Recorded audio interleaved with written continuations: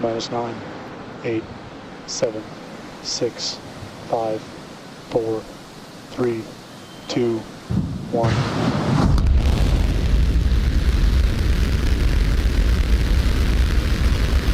Lift off Starship.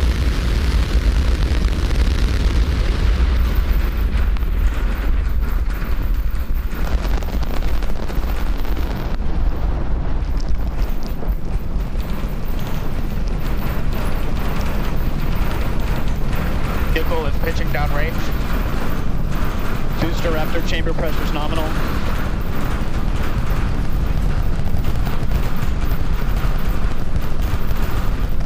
Seconds into flight, 33 out of 33 Raptor engines lit on the Super Heavy booster, arcing away from us here at Starbase.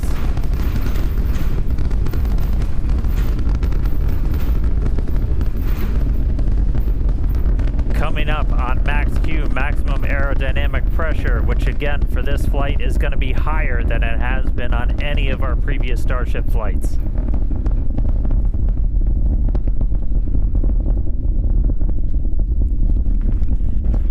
So we're passing through that maximum aerodynamic pressure, over a minute now into flight.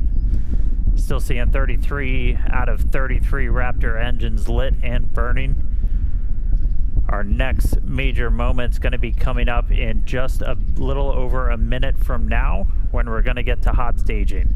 We're going to shut down all but 5 of those engines on the booster. It's our version of MECO. Most engines cut off. And then we're going to ignite the 6 engines on the ship while it is still attached, to do that separation. As a reminder, we try to do a directional flip, so when you watch on your screen, we're hopefully going to be sending that booster towards the bottom of the frame. For the booster itself, it's like doing a flip up. It'll go towards the bottom of your frame. We do that by lighting the engines in a slightly staggered sequence.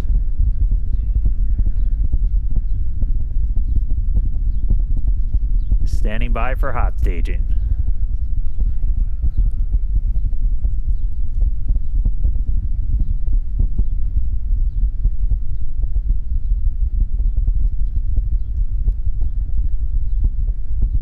All but 5 engines down. Cut off. Step. 6 ignite. Backburn startup.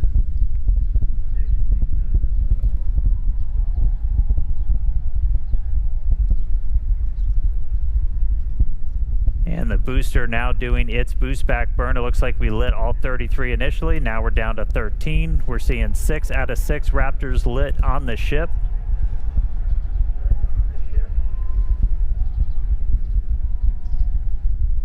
Back burn shut down. And boost back burn shut down. So it looks like we were able to get through the boost back burn this time around. That was one of the key objectives we didn't have on the last flight. Nominal. And we've got 6 engines lit on the ship.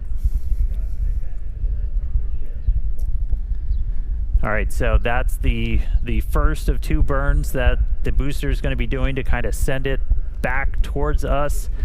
It's going to be landing a couple of miles offshore from Starbase, hopefully. We're going to try and get it all the way down to do a landing burn, where we're going to use those 13 center engines. They're going to ignite. That's what's going to really bleed off all that velocity that it's built up. And it'll eventually, hopefully, transition to 5 engines to kind of fine-tune its path in, and then all the way down to 3 for the remaining bit. All right, we've got a couple of minutes to go until we get there. So booster's going to coast for a little bit. Ship still seeing 6 out of 6 Raptor engines lit. 4 minutes into the flight. Ship's got about 4 minutes left. Getting some killer views. Kate, Nate, how was the view from down there? It was incredible. I mean, it just shot off the pad, and seeing all the crowd now running back inside to take views on the screen here, it was amazing. Yeah, one of these days I'm gonna learn to not stare at the engines, because now I have a bright blob in my vision. Right. Now, speaking of vision, we could see both stages there on your screen. Starship's second stage is still firing its engines. You can follow along with that with the GUI down on the bottom right-hand side of your screen. Still following the planned flight path as well. Beautiful views of planet Earth there behind the ship. That's right, and we're actually getting a live shot off the booster right now, an onboard so cool. camera.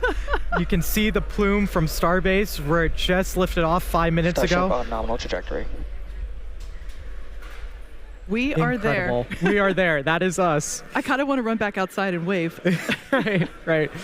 Now, again, this booster is not planning to come back to the tower or the launch site for this particular launch. We are going to be planning to do an ocean splashdown just off the coast of Starbase, so hoping to still get some amazing views of that.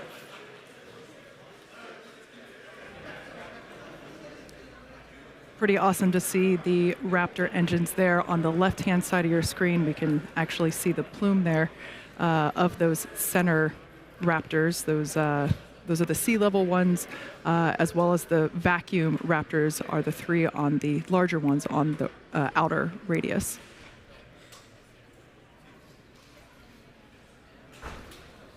Now, just like on tower catches, we are going to be doing a 13-engine landing burn to slow the booster down. Hopefully we can get a live camera of the booster right now as we're going into that phase. Awesome shot, you can see it there. So right now the booster is using their 3 hypersonic grid fins to guide itself through the atmosphere toward its landing site. You can see we're only 5 kilometers above the sea right here. Hammered startup. Just heard the call out for landing burn startup for the booster.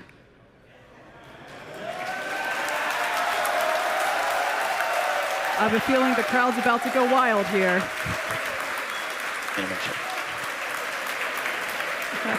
And another awesome landing for Super Heavy. Congratulations to all the teams here at Starbase and at our SpaceX team. An amazing, amazing view.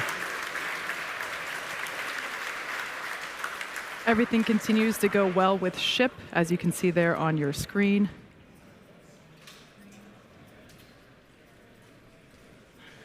Yeah, we've got about a minute left with the ship engines on. Just looking at the booster real quick, it didn't look like we lit all 13 engines that we were planning for that initial landing burn. We were targeting a softer splashdown, and as you saw, it came in with quite a bit of velocity still. So landing velocity did look a little bit high, but really cool to make it all the way back this time to that landing burn. We'll dig in, figure out how to turn on all those engines, and then get to a full landing soon.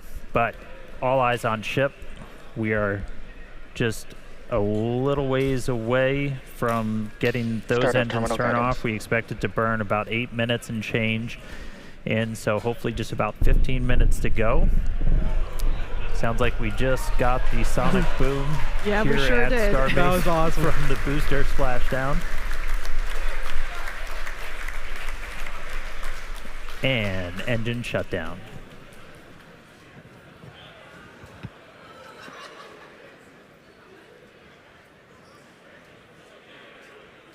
All right, Starship 6 Raptor engines have successfully shut down. Nominal orbit insertion. And there's our call out for nominal orbit insertion. So we got a ship in space. We've got a booster in the Gulf where we were planning to send it. It's a hell of a start to the day, Kate. Yeah, it sure is. All of our colleagues here are filing in through the doors. A lot of people wanted to stay outside and hear the boom. And so it's pretty great to see a ship in space, and everybody's super excited down here. That's right. And as guaranteed, it has been an awesome day so far. All this action in just 9 minutes now. And objectives are done for the booster. Just want to quickly flag that that booster did land in a clear zone. We clear those before launch, well ahead, so that we ensure everyone is safe before the launch and after. So we're getting ready now for our in-space objectives. Yeah, we've got a few minutes until the next milestone, so sit tight and enjoy the space views and, of course, the space jams. We'll be back here at T+14 minutes to deploy our payload, which is 20 of our newest Starlink version 3 satellites. So we'll see you soon.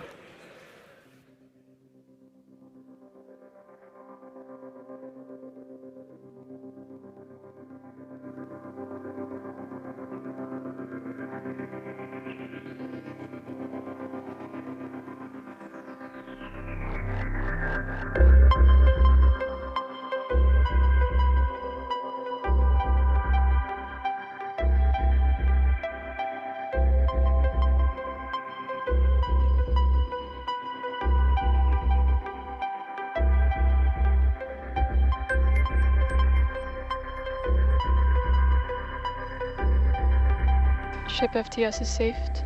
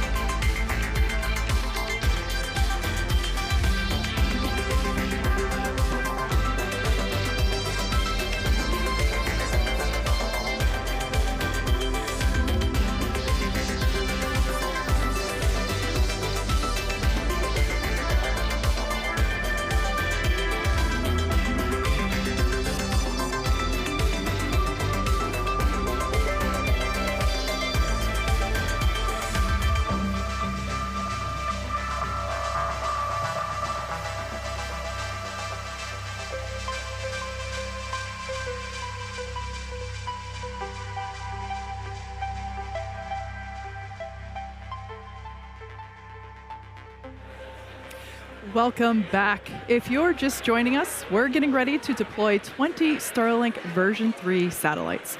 That will get underway after we open the payload door in just about a minute. Now, for those of you that perhaps missed the previous 14 minutes, this is the second flight of Starship version 3. This is flight 13. It lifted off. It had a beautiful ascent as well as a ship ignition and stage separation. It was literally picture perfect from here at Starbase. Picture perfect, and then we continued with that booster hot stage separation. Amazing to see some live replays of that. And of course, the booster performing its own boost back and landing. Yeah, ship continued for about 8 minutes with all 6 of its engines and made it to second engine cutoff, where we heard good orbital insertion, and we've been coasting in space for the last few minutes. Now we're getting ready to deploy our very first real Starlink version 3 satellites. The door will be opening here in just about 6 seconds from now. Now, we won't have the same views as we did on Flight 12 of our payload. We don't have those cameras on board these Starship version 3s That was a Dodger Dog exclusive, but we will be able to see them deploy from the ship.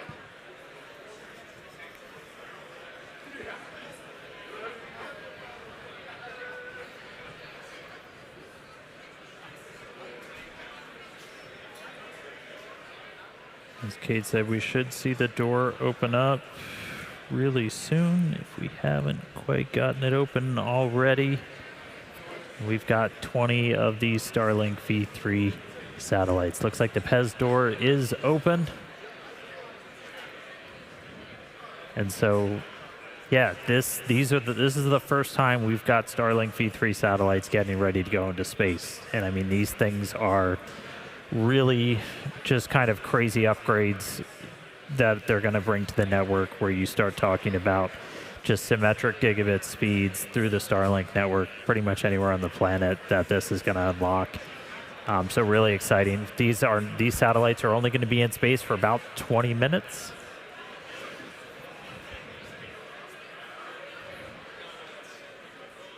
Sorry about that. These will only be in space for about 20 minutes as they're on the same suborbital trajectory as Starship itself.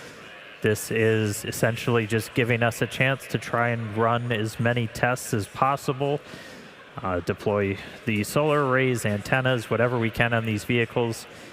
We are intentionally being a little scrappy with it. They might be playing some bumper cars once they're out of the door, but we are looking to get these deployed over the next couple of minutes. In the meantime, they're getting ready to also do the Raptor in-space relight. Listening to a little bit of conversation on that, but we are currently tracking to do it. I'll give you some updates if we hear otherwise. And there you go. You can see our first Starlink V3 getting deployed out of Starship. Huge milestone for the team out here. Yeah, the crowd is definitely hyped about this. We could see these Starlink V3s continuing to pop out with deployment assisted by the PEZ dispenser. Now, this version of Starship is built to deploy up to 60 of these more advanced Starlink version 3 satellites. Each V3 is designed to offer 1 terabit per second of downlink capacity.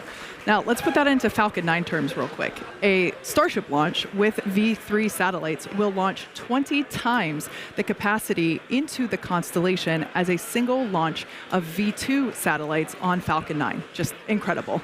And anybody that follows Starship, you know that the views that we're being treated to right now, the views we get during those re-entries, that's made possible by Starlink.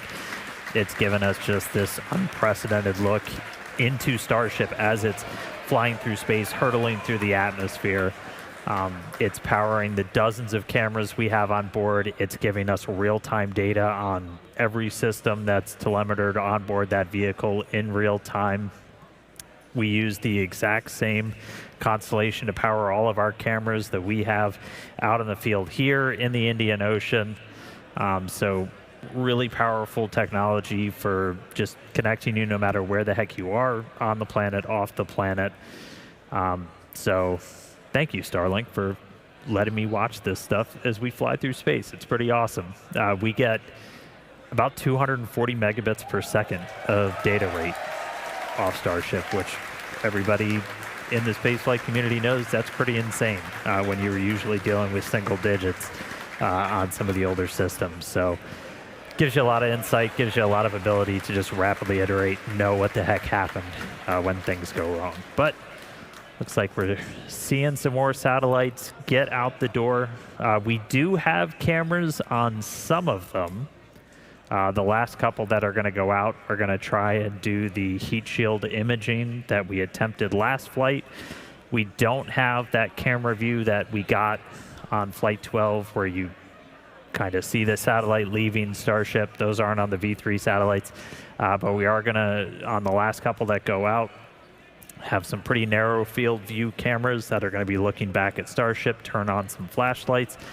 And this is a test of a capability that we're really going to want when we start doing orbital flights, to just add that extra layer of safety, that extra layer of reliability, where we're going to be able to image Starship's heat shield after it's gone through ascent, after it's been in space, before it re-enters. So we're going to try to test that again today. The heat shield imaging, we didn't get a whole lot last time. Ooh, looks like we got some thunderstorms on planet Earth below us. But a couple more satellites to go, it looks like. Yeah, it's pretty awesome to see our V3s in space. I want to give a shout out to our Starlink colleagues. And we expect payload deploy to run until about 27.5 minutes, so about another 7 minutes here. The Starlink team will be attempting to speedrun these tests, or speedrun test these version 3 satellites, where they will attempt to do a few tests, such as extend the new solar arrays and antennas. They're also going to try and connect these V3 satellites with ground stations and turn on the satellite's communication systems. Now, they're only going to have about 20 minutes or so to do all of this, as these satellites only have that long before they demise in the atmosphere or break up due to that friction when they re-enter the atmosphere. So what we learn from today's deployment will help progress and move the program forward, which is super exciting. You could basically say that the payload's payload is data. That's right. We're getting very Inception here. Now, in addition to those tests for Starlink, for the Starlink team, as Dan mentioned, 6 of the satellites have been modified with engineering cameras to help scan Starship's heat shield. That will help inform our analysis of Starship's readiness for future catch returns back here at our launch site. So for those that might be unfamiliar, we are currently capable of catching our super heavy booster, and we've done that a couple of times. We have not yet attempted to catch our second stage or ship, and so that is going to be a very exciting milestone when that day comes. For sure, and we're building up to it with today's test. We are still planning to do our water splashdown in the Indian Ocean, so stay tuned for that. That's only about 40 minutes away. But still, in space, we keep on deploying our Starlink satellites.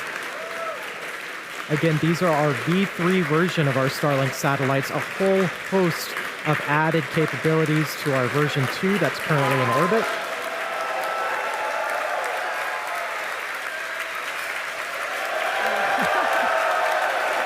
And this is our team here at Starbase, Texas. These are all of the team members that have helped build the vehicle, that have built the Pez dispenser, and got it ready to fly today. Amazing work. Now, for those of you that have just recently tuned in, there is a spaceship in your screen, we promise. Right now, the ship is in orbital darkness, so we don't have any available sunlight from the sun to help illuminate the scene. But what you can see moving out from that smally lit space, those are the V3 satellites as they are being deployed. And essentially, the ship is illuminated from the inside, and so we're able to see the light come out through the payload door. Right. Just a really small sliver of light at the top. That's our Pez dispenser. That's how we're both loading our satellites into the rocket and deploying it. It's pretty novel. We've got about 3.5 minutes still left of our payload deploy sequence. Yep, looks like we've got 16 satellites deployed, so 4 more to go. These last couple will have those cameras, so if you see any sudden bright lights, that'll be flashlights turning on those satellites to try and get some imagery of Starship's heat shield. 17 out the door, 3 more to go, and 18.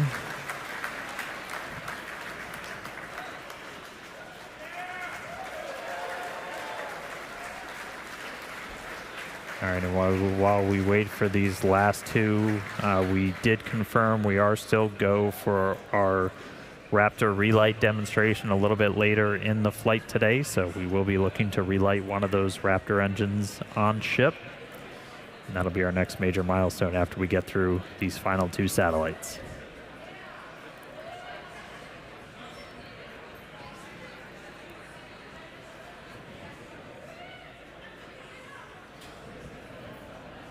Just at 25 minutes into our flight, it's crazy to think that we're already screaming at 27,000 kilometers an hour, 200 kilometers above the ocean surface.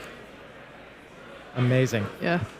Now, for those of you that lost count, we have deployed almost all of our 20 Starlink satellites. I believe our last count was at 18, so we should be seeing 2 more. And we're very excited to see our version 3 satellites in space. And these are fully, these are real satellites. Right. They're not just demonstration sats like we had last time.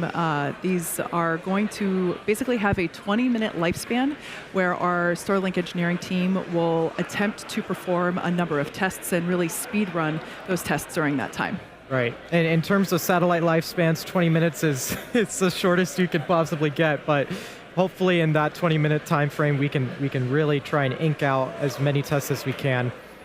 It looks like we might have some, this might actually be light from one of the Starlink satellites. As we mentioned before, a few of them, 6 of them actually are equipped with flashlights to look back at Starship, as we want to image the heat shield and understand the heat shield performance through the ascent phase, as this information is very important for us to know and understand as we prepare for operations that will enable ship to come back to Starbase for landing, for catch, I should say.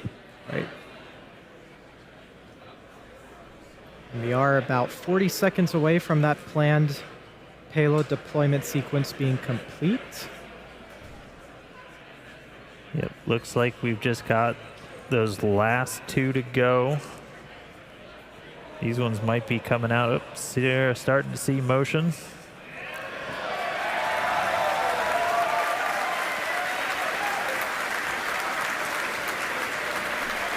19 out the door, 1 more.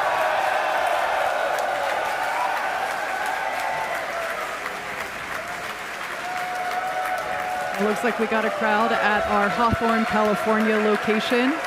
Some colleagues gathering outside of mission control there as well. That marks, if I'm not mistaken, our 20th. So our payload deploy sequence is now complete. Starship will now close its payload bay door and continue to coast around Earth to the Indian Ocean. Still a lot of major events to come today, including our Raptor relight burn at T plus 38 minutes, 58 seconds, followed by atmospheric re-entry, where the heat shield will be put to test, and eventually our splashdown. So with that, we're gonna go ahead and go on to another quick coast. Yeah, so sit tight, enjoy the views, and of course some more space jams, and we will come back here at T plus 37 minutes for our Raptor engine relight and of course Starship re-entry.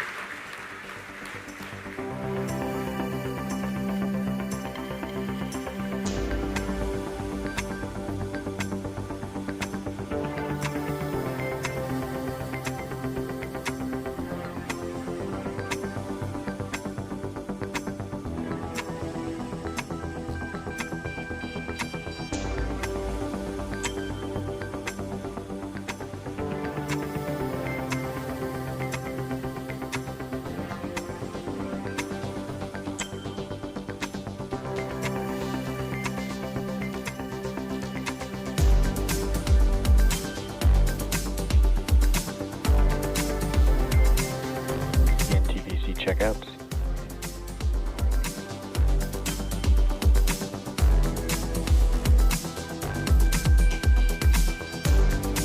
TVC checkouts complete.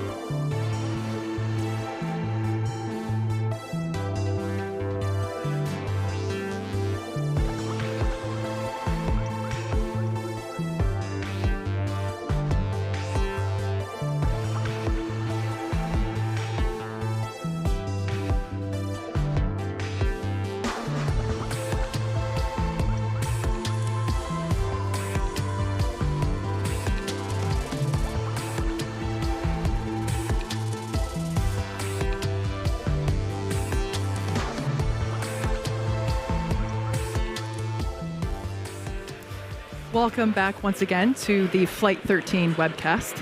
If you're just joining us, our newest version of Starship, which you see there on your screen, successfully deployed 20 Starlink version 3 satellites. And I've got great news to share. Not only were we able to make contact with all 20, but we also made comms over lasers with all of them as well. So that is awesome. Hell yeah, shout out to our Starlink team. We're so thrilled. Huge milestone. And that's only 3 minutes or 5 minutes after deploying them? I mean, that's crazy. Amazing.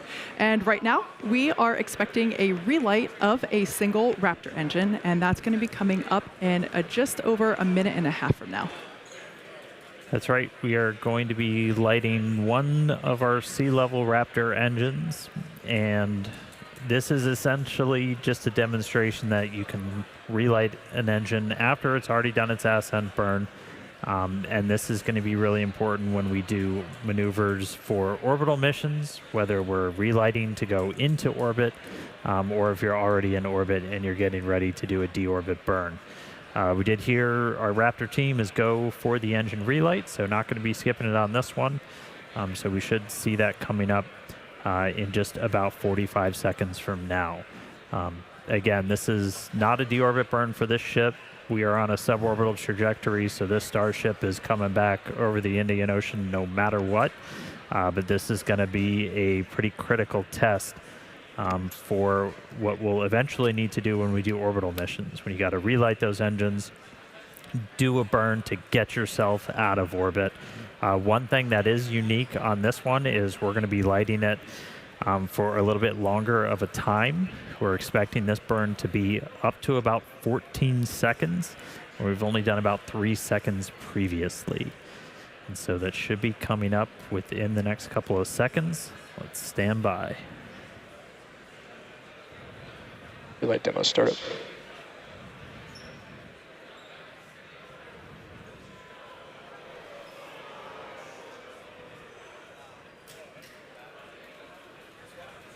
You see a relight there on your screen. Wow. And confirmation over the net. Relight shutdown. The burn has ended. Congrats to the team on this milestone. I mean, it's crazy to see how we can maneuver in space, and just another icing on the cake for today's mission. So we're going to be taking another quick break. We'll be back in a couple of minutes before re-entry, which is targeted for about T plus 47 minutes. So we'll see you soon.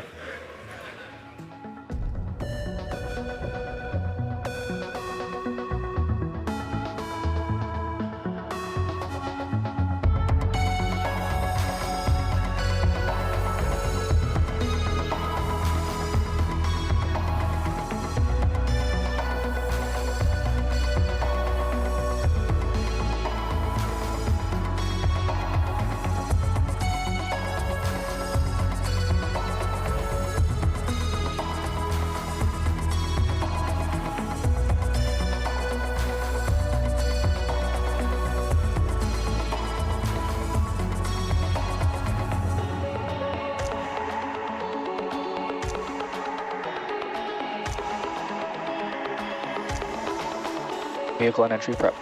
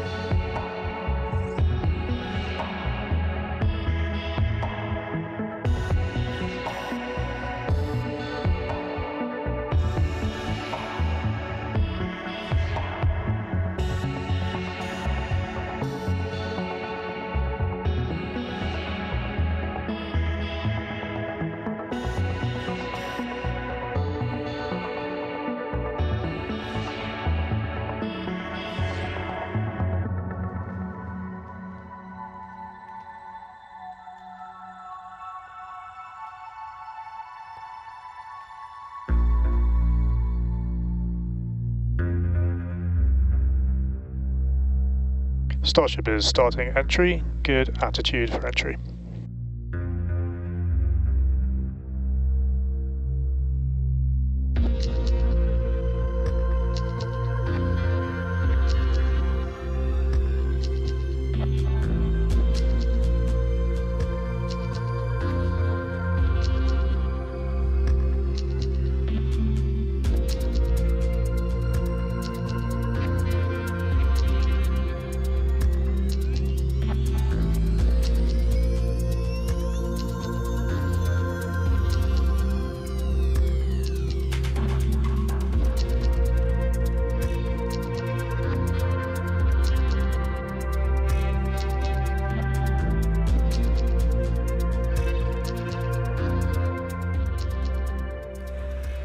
Welcome back once again to Starship Flight 13, the second test flight of Starship version 3.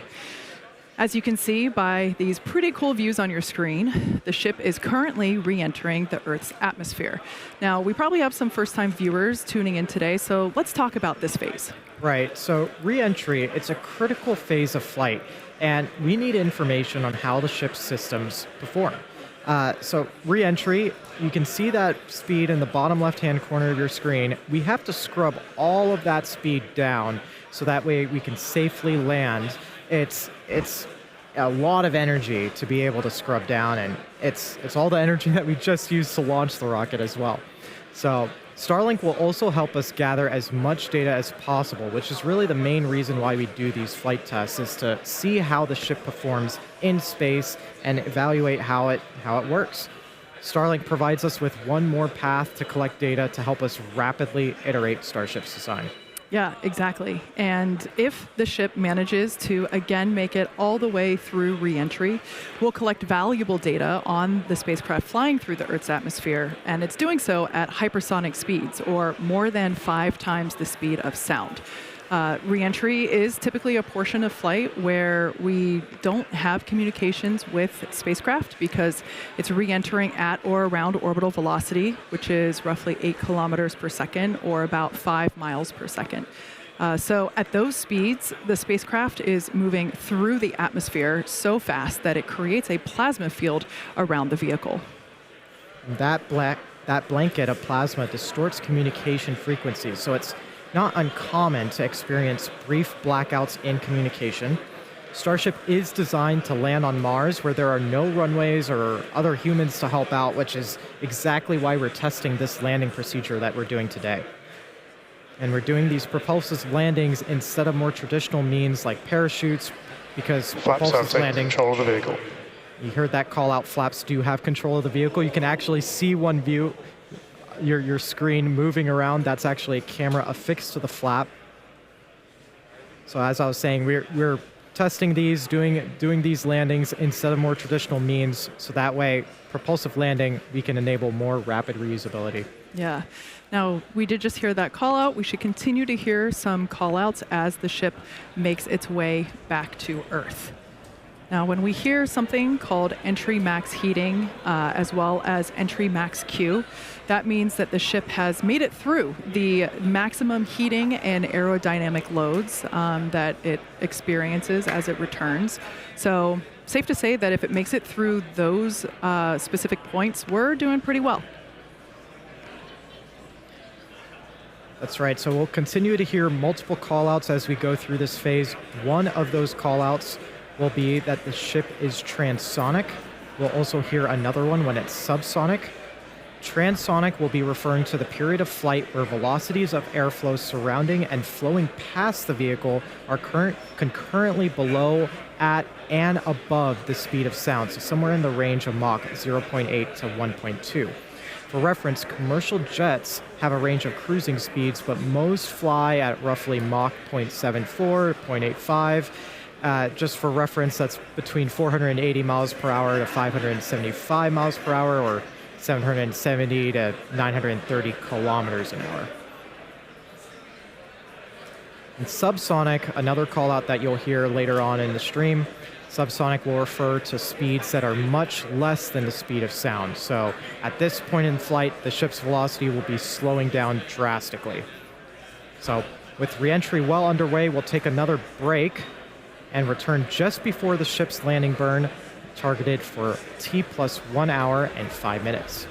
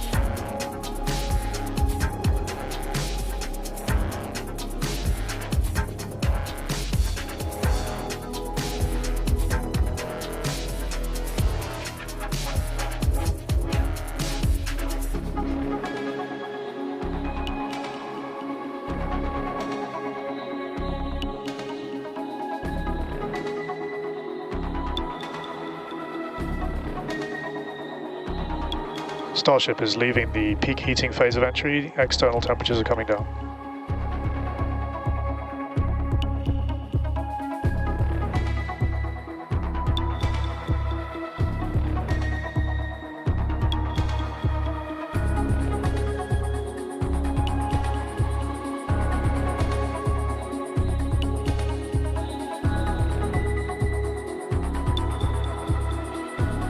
Starship is at maximum entry dynamic pressure.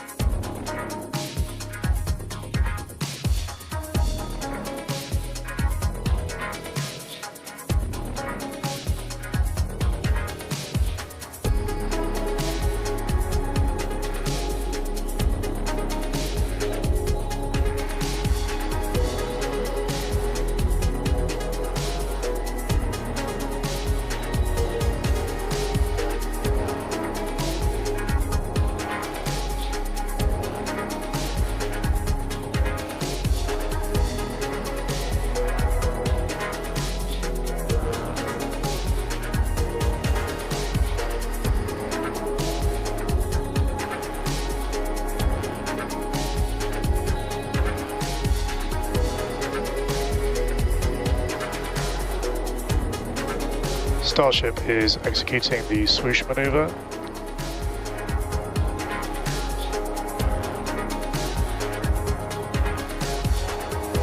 Dynamic pressure is coming down.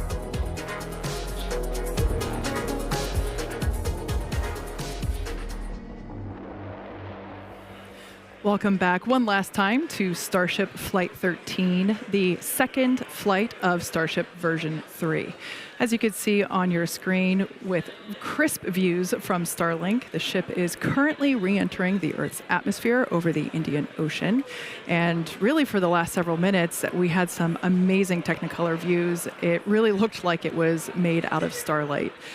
Now, we did hear on the nets just moments ago that we made it through max heating and max dynamic pressure, meaning that the vehicle temperature and speeds and pressure are all coming down, and we can see that in the bottom left-hand corner of your screen as that speed continues to decelerate.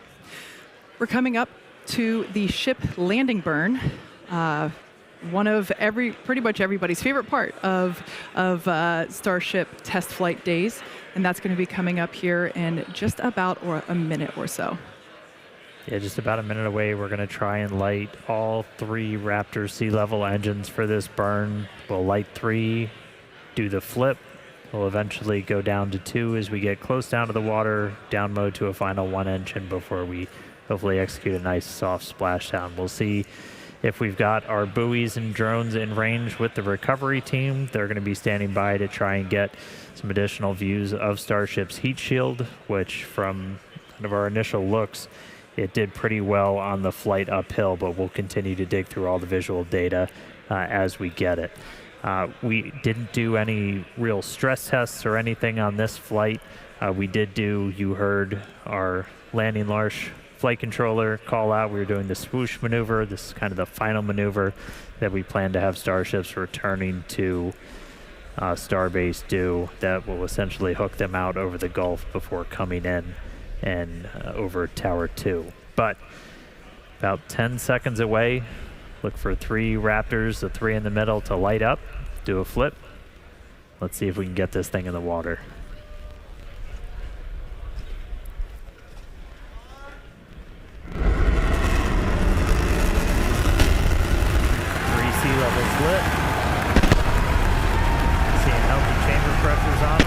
did our flip down to 2.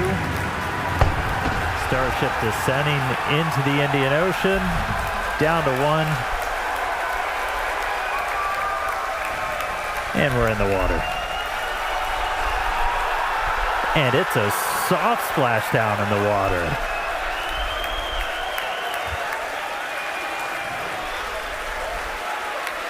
That is a first. That is the softest splashdown we have ever had with the Starship there in the Indian Ocean.